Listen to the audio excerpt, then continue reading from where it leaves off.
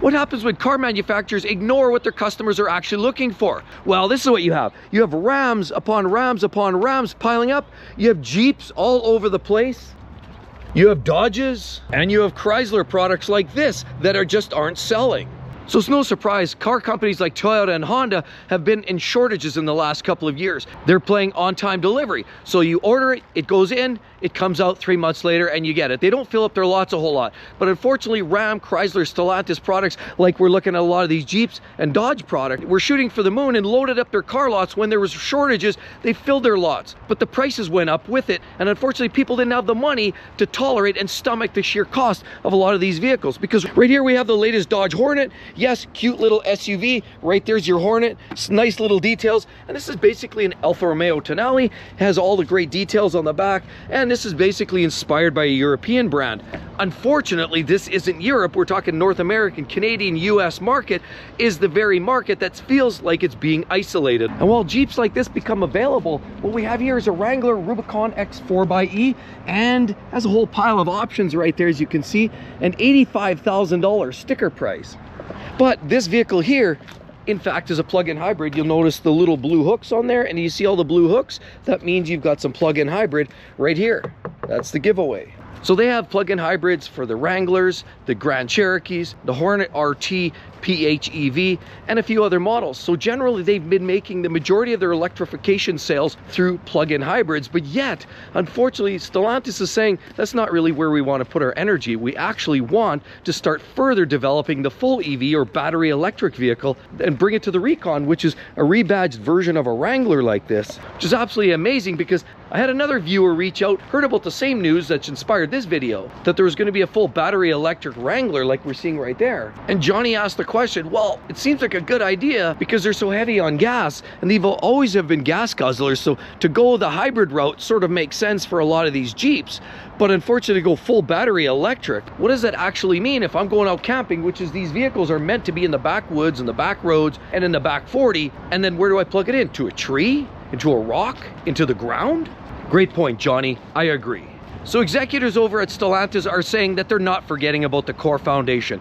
People like me, like you, the people that like and used to driving full-size trucks or even garden variety mid-level SUVs. The sad part is the garden variety blue collar like you and I, Lunchbox Joe, can't afford a lot of these vehicles because they're too expensive.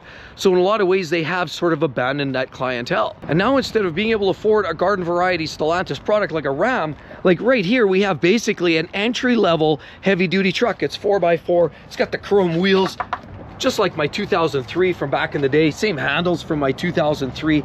Looks very basic, lots of plastic. Of course, basic wheels, chrome bumpers, very old school, which is fine. But the problem is it's not charged accordingly. Although this is the 3500, which is good. The 1 ton gives the extra payload capacity and extra towing capacity. That's good. But this is the Tradesman, so this is a basic vehicle. We don't have sunroof, we don't have leather interior. It's all cloth and plastic everywhere. But this vehicle here, the Tradesman Crew 4x4 1 ton truck, single rear wheel, is $89,800, as we see right there. $89,900. That's absolutely ballistic. Put on dock, admin fees, and all the delivery costs and everything else. On top of that, your local taxes, and this vehicle here is going to cost you $100,000 out the door. And it really shouldn't be of any serious surprise when Stellantis products made up of Ram, Jeep, as well as Dodge products like this vehicle right here in the Durango and a whole host of other sub-brands like the Chrysler are not selling very well. In terms of overall day supply, they are one of the top leaders, only second to Jaguar, Alfa Romeo, which is part of the same family. It's not a shocker that these vehicles here or these are not selling all that well. They're priced too high, not for your middle-class worker like you and me.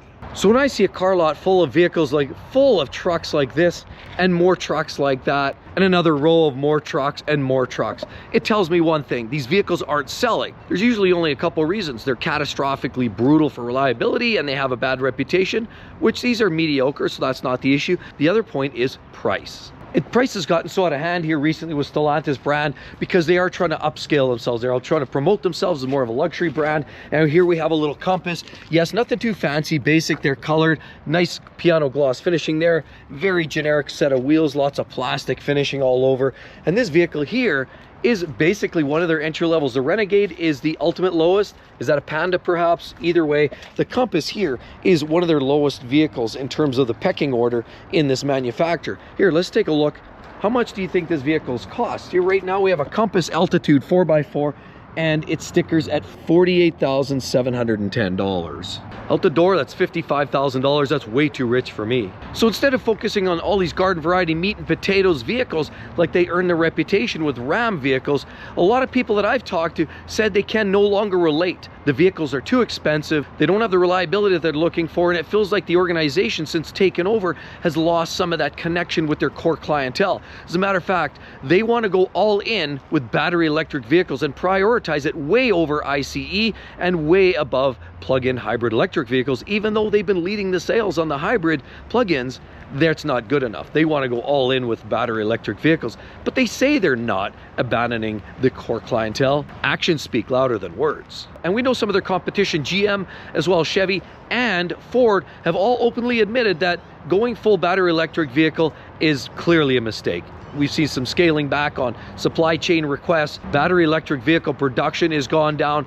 Incentives had to go through the roof to sell Ford Mustang Mach-E's, to sell the F-150 Lightnings, because without the incentives, nobody was buying them. And while Chevy has put some money in the Hummer HEV, that's also identified as one of the worst selling electric vehicles or worst selling pickup trucks on the market currently, because nobody wants them, at least in North America and Canada. Now in Europe, that's a different conversation. It appears that because Stellantis is primarily more of a European-based organization, it feels like the market is more centralized around that transition to electric vehicles, where here in North America, people want good old-fashioned SUVs, internal combustion engines that you find under the hood of this little Jeep, as well as a good old-fashioned diesel, so you can roll coal. You can't roll coal very well if you're pushing electric vehicles now, can you?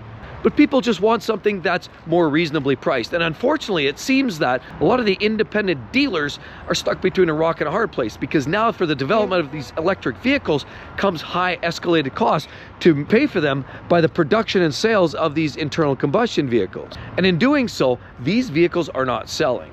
And our latest stats show that the Dodge Ram, or the Ram in general, is one of the poorest sellers. When you compare these vehicles here, either one, compared directly to some of the competitors from Ford, as well as from GM, and GM as well as Chevy, these are the poorest selling full-size pickup trucks in North America. A big part of it has to do with the cost, of course, with the association to quality challenges, although Chevy hasn't been short of any challenges, and neither has Ford. Ford's had their problems as well with massive recalls. As Ford's the recall king, these haven't been selling all that well. But here and here are full-size heavy-duty trucks. And let's take a look at the difference between a 1-ton and a 3/4 ton pickup truck, both HDs. And of course, let's take a look at these. They both have tow hooks. This one here is a Laramie. That means it's fairly loaded up. And this one here is a Bighorn. Not as much, but beautiful trucks. They're both 4x4s. Let's take a look around. Right here, take a look. This one's a Sport. This one's not so much. How about the wheels? Yes, you get more of a chrome rim versus that matte black finishing.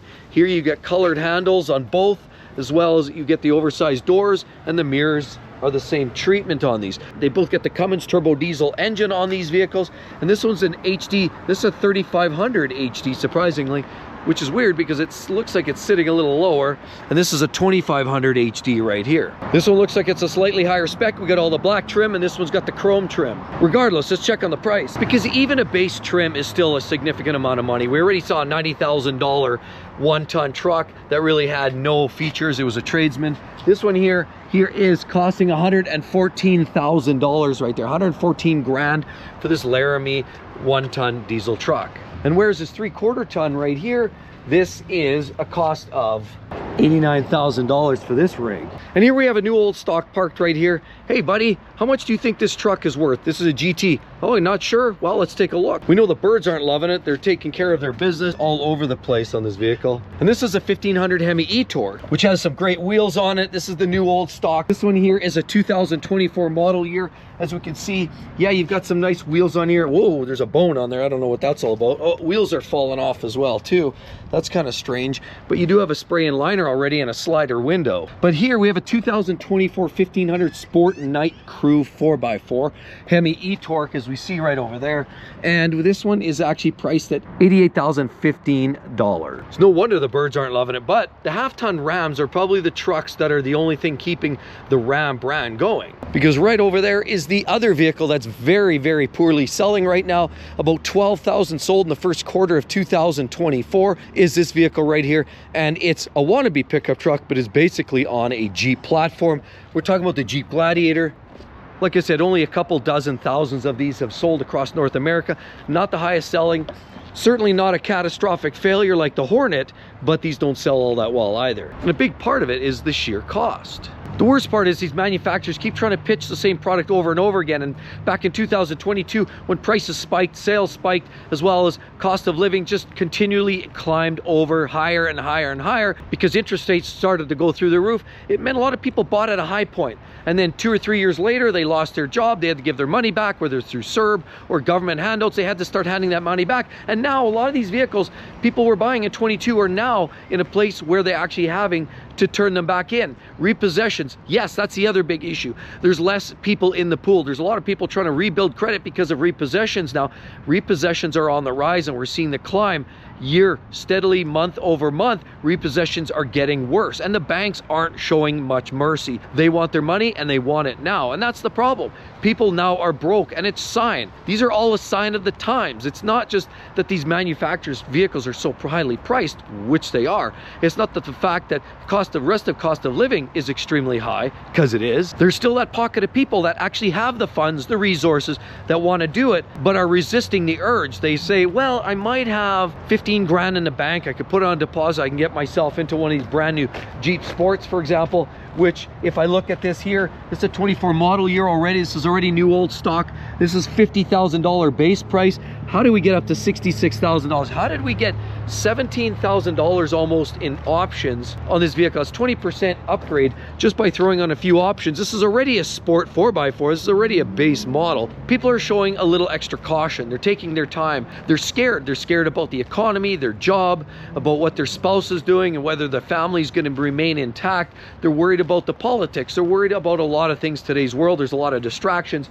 And what we don't need are high-priced vehicles. If you came to the market with an affordably priced vehicle, I think you'd see a lot more people buying or willing to take the chance. But when you're looking at vehicles that are, you know, $80,000 like this, or $110,000 like that dually, or $68,000 for this Jeep, or $95,000 for that white pickup truck, people are thinking twice, 3 times, and then saying, you know what, it's just not worth it. I'll keep driving what I've got. Because I have viewers reaching out to me constantly saying how they're stressed out. If the truck prices came down 50%, they would probably buy. People don't have the money, they're stressed out, and honestly are not willing to take the chance on buying a new vehicle.